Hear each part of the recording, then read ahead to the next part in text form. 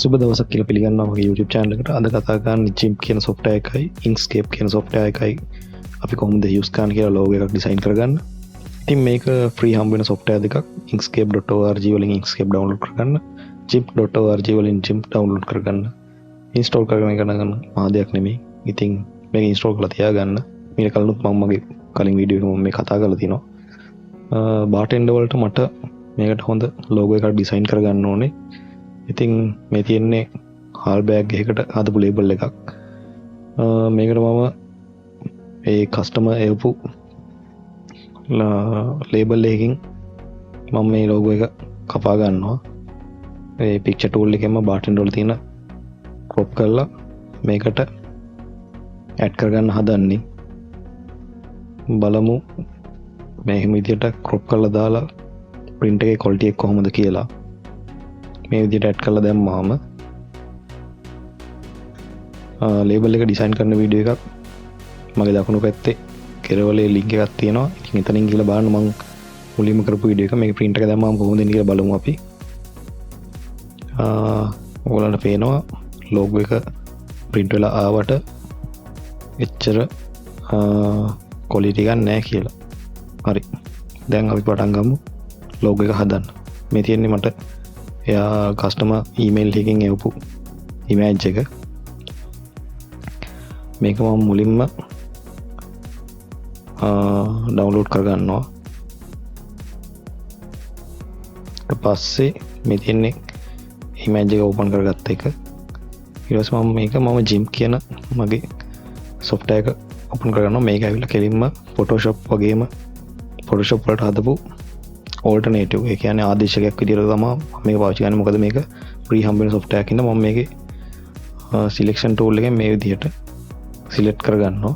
ඊට පස්සේ arrow key එකෙන් selection එක පොඩ්ඩක් මට ඕන අවශ්‍ය තැනට එහාට මෙහාට කරගන්න පුළුවන් arrow keys වලින් මේ විදිහට selection එක දාගෙන මම මේවා delete කරගන්නවා. delete key එක press කර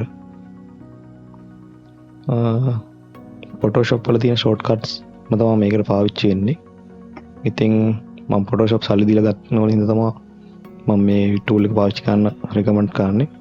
ඉතින් මේ threshold කියන option එකෙන් පුළුවන් මේක කරගන්න. මේ කියන්නේ අපි two color black and white වලට convert කරගන්න.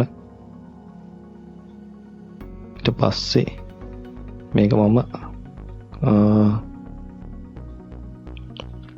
මගේ අනවශ්‍ය කොටස් ටික මකා ගන්නවා.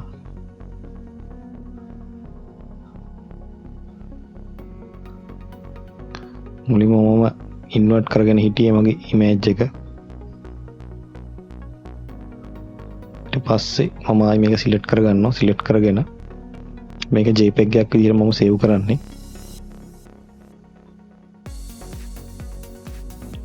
මේ විදිහට JPEG එකක් විදිහට සේව් කරගෙන මම Inkscape open කරගන්නවා.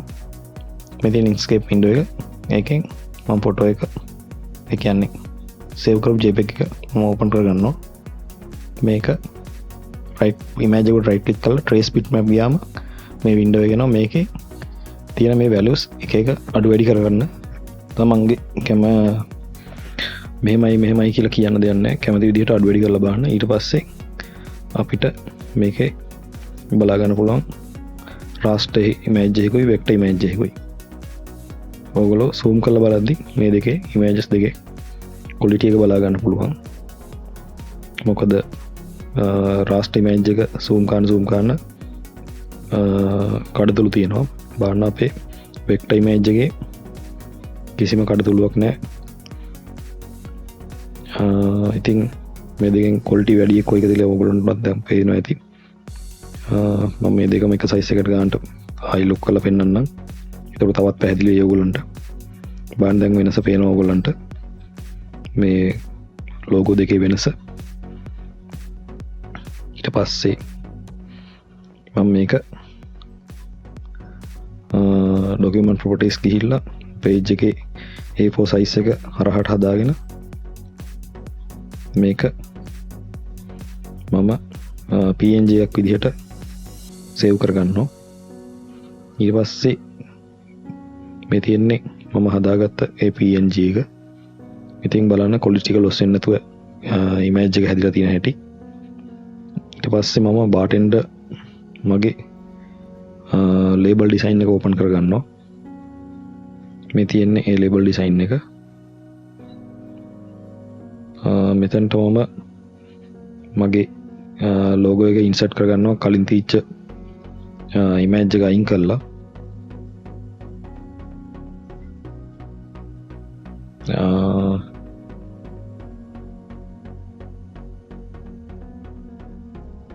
ඊට පස්සේ මට ඒක අවශ්‍ය ගානට මම සයිස් එක අඩු වැඩි කරලා රොටේට් කරලා හදා ගන්නවා.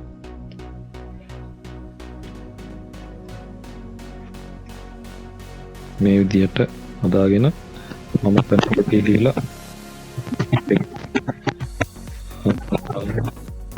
මෙතන තියෙනවා document properties කියලා. මෙතන තියෙන්නේ මම user file එකේ මේක මම ගානට page එක හදලා තියෙන millimeters වලට. මේකේ basic printer settings තියෙන්නේ. ඉතින් මේ දේවල් ගැන වීඩියෝ එකක් දකුණු පැත්තේ link එකක් දාලා තියෙනවා. ඒක බලන්න. මම 2x1 එකක් ගහනින්ද 106යි 25 දාලා දෙපැත්තට 1.5 දාලා ඕකේ කරගන්නවා. ඊට පස්සේ graphics කියන එක නන් දෙනවා. මොකෝ හයි ලොකු graphic කියන්නේ මේ මෙතන තියෙන්නේ. ඉතින් label එකේ size එක label with gaps දාලා තියෙන්නේ. thermal transfer කියන ribbon පාවිච්චි කරන හින්දා. මෙන්න මෙතන තමයි වැදගත්ම තැන printer speed එක අඩු කරලා මම පොඩ්ඩක් darkness එක වැඩි කරලා තියෙන්නේ. ඊට පස්සේ මම ඕකේ කරනවා. අපි printer එකක් දාලා බලමු කොහොමද දැන් එන්නේ කියලා. මේ තියෙන්නේ ෆයිනල් අවුට්පුට් එක. ඉතින් ඔයගොල්ලෝ කලින් දකින්න ඇති මුලින්ම දාපු print එකේ මේ ලෝගෝ එක දාපු print එකේ වෙනස මොකක්ද කියලා. ඉතින් මම හිතනවා මේක පැහැදිලි වෙන්නේ නැති කියලා. වීඩියෝ එක දික් වැඩි වෙන හින්දා තමයි පොඩ්ඩක් ස්පීඩ් කරලා මම අරන් ආවිල්ලා තින්නේ. ඉතින් මොනවා හරි අපැහැදිලි නැත්නම් තිබ්බොත් කමෙන්ට් කරන්න. ඕගොල්ලෝ මේ ටියුටෝරියල් එක බලාගෙන කරන්න මම කියන්නේ ප්‍රැක්ටිකල් එක කරන්න පටන් ගන්න. මේක printing වලට ගොඩාක් වැදගත් වෙන දෙයක් තමයි raster vector කියන දේ. ඉතින් මේ විදිහට try කරලා බලන්න. වීඩියෝ එක slow motion දාගෙන බලන්න. එහෙම නැත්නම් speed එක අඩු කරලා බැලුවොත් කමක් නැහැ. තේරුම් ගන්න අපහසුතාවක් තියෙනවා නම් කමෙන්ට් කරන්න. මේ දේ ගැන තව කෙනෙක්ට දැනගන්න. ඉතින් වීඩියෝ එක ෂෙයා කරන්න. ඒ වගේම අලුත් දේවල් ඉගෙන ගන්න කැමති නම් මේ මගේ channel එක subscribe කරලා bell icon එක click කරලා notification එක all කියලා දාගන්න. එතකොට මේ වගේ මම අලුත් දේවල් කළාම ඔයගලන්ට notification එක ඕල් ගානම එන්න ගන්න පුළුවන්. එහෙනම් අපි ලබන සතියේ හම්බ වෙමු.